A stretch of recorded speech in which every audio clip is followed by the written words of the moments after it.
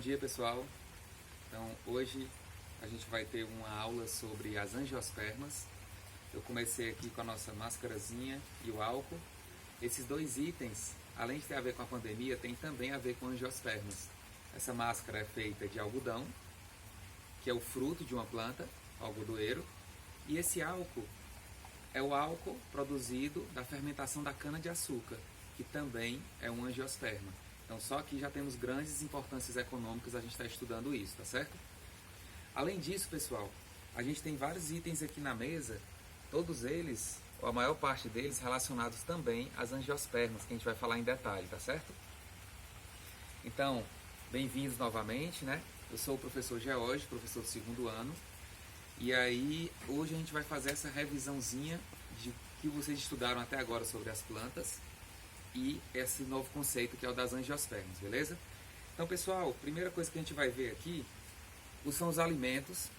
Se eu colocar só isso daqui da mesa da casa de vocês, isso já justifica a gente estar estudando as angiospermas. As angiospermas são o amendoim, a farinha, o cuscuz, o feijão, a soja, o arroz, o café, uma bolacha, o macarrão. Se a gente colocar só isso aqui, a gente já tem mais de 90% da alimentação de um ser humano. Então por isso que é muito importante a gente entender, a gente conhecer esse grupo de plantas, saber de onde elas vieram, como elas se alimentam, como crescem, como se reproduzem, certo? Então bora lá. Angiospermas, pessoal, é uma palavrinha que parece aquele grupo anterior que vocês estudaram, né? As gimnospermas. Esperma quer dizer semente. Gimno eram nuas, então sementes nuas. As gimnospermas só tinham a semente, não tinham flores e frutos. Então o que é que surgiu agora nas angiospermas? Flores, frutos, e aí isso daí, esse fruto vai estar envolvendo a semente. Então flores e frutos só tem nas angiospermas. E elas correspondem a mais de 70% de toda a diversidade do planeta. Quer dizer, quase qualquer planta que você veja vai ser angiospermas. Por quê, pessoal? Claro, as primeiras plantinhas lá, briófitas, pteridófitas, gimnospermas, ainda existem hoje. Mas elas não tinham várias limitações, não tinham várias coisas que elas não possuíam ainda e que limitavam ela de usar o ambiente e se reproduzir? Beleza. Agora as angiospermas têm. Agora, tendo flores como essa daqui, essas angiospermas podem atrair polinizadores, podem atrair abelhas, por exemplo, beija-flores, que ao visitar uma flor dessa aqui, levam o pólen, que tem o gameta masculino, como se fosse o espermatozoide dos animais, e esse gameta masculino levado por uma abelhinha vai lá para uma outra flor e vai fecundar essa outra flor. Então sim, as plantas se reproduzem. Essa reprodução, que é assexuada, ela acontece dessa forma. Então uma mangueira lá da sua escola pode ter uma abelhazinha que visite ela, e essa abelha visita uma mangueira do outro lado da 13 de maio e faz a reprodução delas, né? Então, enquanto a gente acha que as plantas estão só paradinhas, na verdade estão acontecendo vários fenômenos ali, como a fotossíntese, como essa reprodução, beleza? Então, voltando para cá, pessoal, para a mesa, a gente tem vários itens, ó. Então, aqui os itens alimentícios, aqui do lado a gente tem algumas frutas, né? E aqui algumas flores. Então, tudo isso aqui está relacionado às angiospermas, né? Até, por exemplo, o coco, pessoal, o coco é um fruto.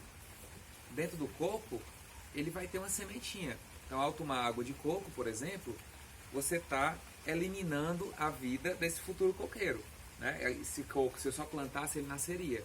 No momento que eu tomar água de coco, esse coco ele morreu. A mesma coisa acontece, pessoal, com o feijão.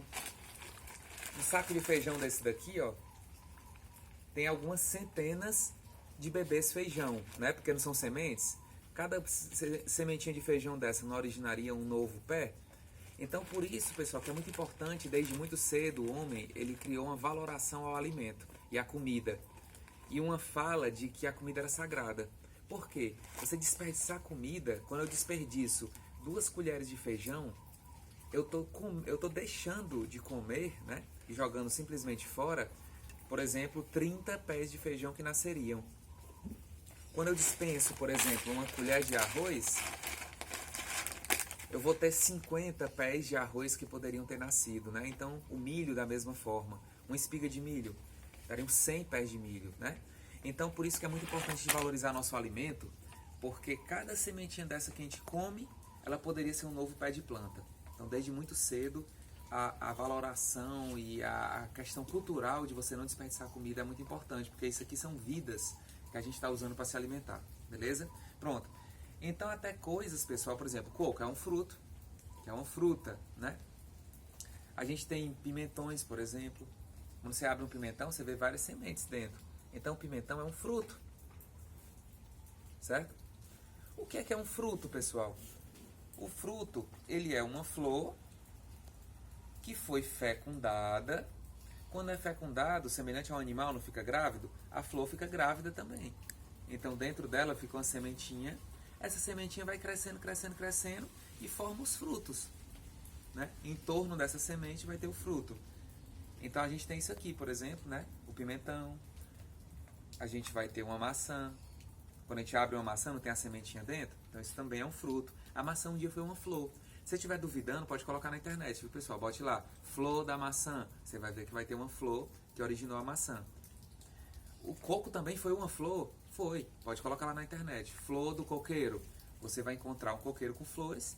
E quem tem um pé de coco em casa pode observar lá em cima que aos poucos o coquinho fica se formando. Então é isso. A gente vai ter, por exemplo, abacate, né? O abacate é um dos mais fáceis de você ver. Quando você corta, você vê a semente do abacate bem desenvolvida dentro.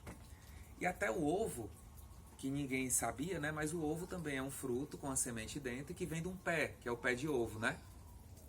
Não, galera, o ovo não é um fruto, tá certo? Eu trouxe só isso aqui porque às vezes a gente vai falando, você passa a não questionar muitas coisas, mas obviamente que o ovo vem da galinha, né? Mas a gente tem muitas coisas, pessoal, na dúvida, diga que veio de planta, porque quase tudo que a gente come e usa, uma toalha, uma rede que a gente usa veio de planta. Até o telhado da minha casa aqui, por exemplo, ele é feito de folhas de carnaúba. A carnaúba, para quem não sabe, é uma planta símbolo do Ceará. E as folhas dela, elas têm muita cera, então elas são utilizadas também na construção civil para fazer telhados, né? As barracas de praia que vocês vão, por exemplo, são feitas de folha de coqueiro, de folha de carnaúba, né? Como eu falei, o algodão das roupas, a cachaça, a cerveja, o vinho, né? Tudo isso feito de plantas também, certo? Então, muito importante estudar essas plantas e quase todas elas são as angiospermas. Então, voltando para fixar. Quem são as angiospermas? É o grupo mais complexo, é o grupo mais recente que surgiu e por isso ele é o que mais está ocupando a Terra. Na evolução foi o último grupo. É um grupo também mais complexo. E o que caracteriza ele?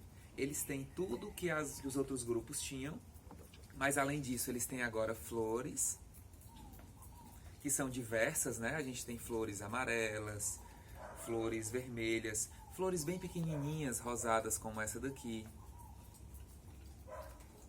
Flores brancas e bem grandes, ó.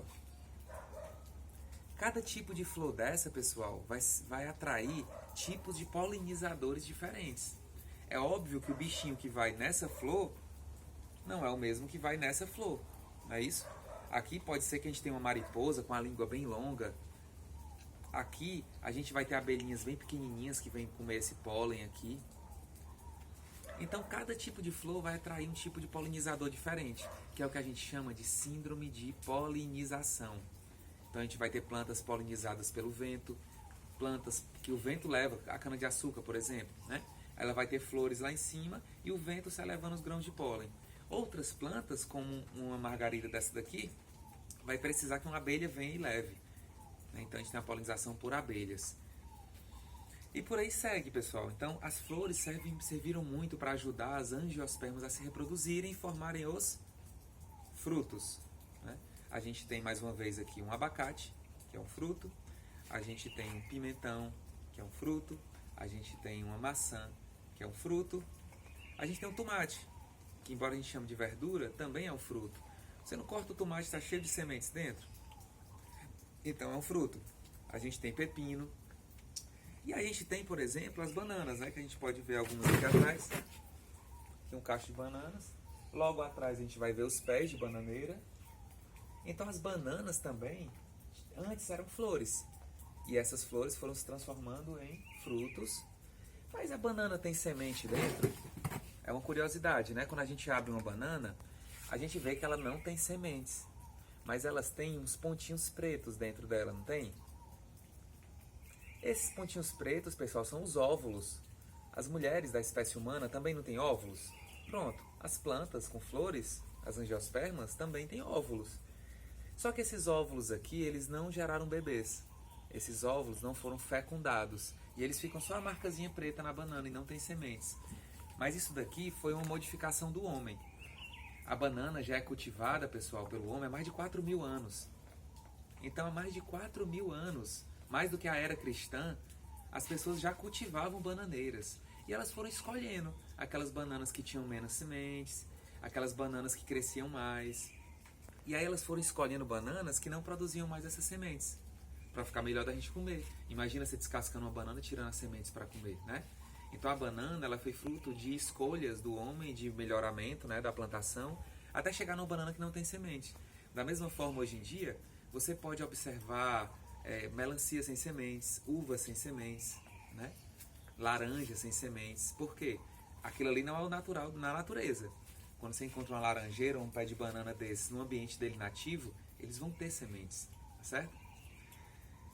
Pessoal, então era isso, nossa aulinha de hoje, né? Então só lembrando para vocês, nós vimos primeiro as briófitas, depois as pteridófitas, depois as gimnospermas e agora por último as angiospermas. Nosso quarto grupo, o grupo de plantas mais comumente observado na natureza nos dias de hoje, porque elas foram as últimas a evoluir e são as que têm mais características de adaptações ao ambiente terrestre, tá?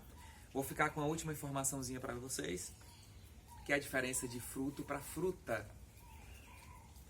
Tudo que veio da flor e que tem sementes é um fruto. Tomate é um fruto, abacate é um fruto, coco é um fruto, pepino é um fruto, o ovo não é um fruto. Quando esses frutos são comestíveis, a gente pode chamar eles de frutas. Por isso que você vai na feira comprar fruta. Você toma um suco de fruta, né? É um doce de fruta. Isso daqui, pessoal, é um fruto dessa plantinha aqui com flor. Então, isso aqui não foi uma plantinha com flor que sementes aqui dentro foram se desenvolvendo dentro da flor e formaram um fruto. Mas isso aqui não é comestível. Não. Se esse fruto não é comestível, eu não posso chamar ele de fruta. Tomate, então, e o abacate não vieram da flor? Então são frutos. Esse aqui também veio da flor, é fruto. Então os dois são frutos. Mas esse é comestível, então eu posso chamar ele de fruta. Esse não é comestível, então eu não chamo de fruta. E aí a gente fecha com a frase de toda fruta é um fruto, mas nem todo fruto é uma fruta. Beleza? Então é isso, pessoal, nossa aula de hoje. E aí eu vou ficar só com a indicaçãozinha para vocês. Esse assunto ele está no capítulo 6 do livro de vocês, tá bom? Lá vocês vão ver informações sobre as angiospermas, vocês vão ver os tipos de polinização, vocês vão ver informações sobre a evolução da flor e as nomenclaturas de cada um desses grupos. E ao final do capítulo, vocês vão poder ver a explicação sobre a origem da banana e isso que eu falei para vocês aqui, tá bom? Então, bom dia e bons estudos para vocês.